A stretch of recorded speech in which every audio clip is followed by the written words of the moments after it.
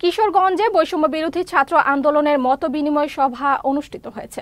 মঙ্গলবার কিশোরগঞ্জ জেলা শহরের পুরাতন স্টেডিয়ামে বৈষম্য বিরোধী ছাত্র আন্দোলন এই মতবিনিময় সভার আয়োজন করে।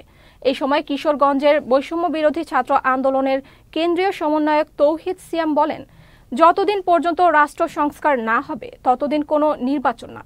তিনি আরও বলেন, একটি সরকার নির্বাচনে ভোট পায় ৩৫%, আর এই সরকার ৯০%-এর উপরে জনগণের ম্যান্ডেট নিয়ে এসেছে। ছাত্র আন্দোলনের কেন্দ্রীয় সমন্বয়ক আরমানুল ইসলাম সঞ্চালনায় মতবিনিময় সভায় বক্তব্য রাখেন কেন্দ্রীয় সমন্বয়ক লুৎফুর রহমান, স্বর্ণা আক্তার রিয়া ও আহনাফ সাইদ সহ অন্যান্যরা। ৯০%-এর উপরের মানুষের ম্যান্ডেট নিয়ে এই গভর্নমেন্ট আসছে।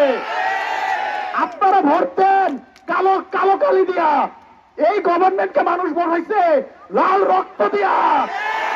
যতদিন পর্যন্ত না রাষ্ট্র সংস্কার হবে, যতদিন পর্যন্ত না এই আওয়ামী ফ্যাসিস্টের কাঠামো এই দেশে থাকবে, যতদিন পর্যন্ত না বাংলার আপামর জনতা এক কাতারে দাঁড়াইতে পারবে, ততদিন পর্যন্ত কোনো নির্বাচন না।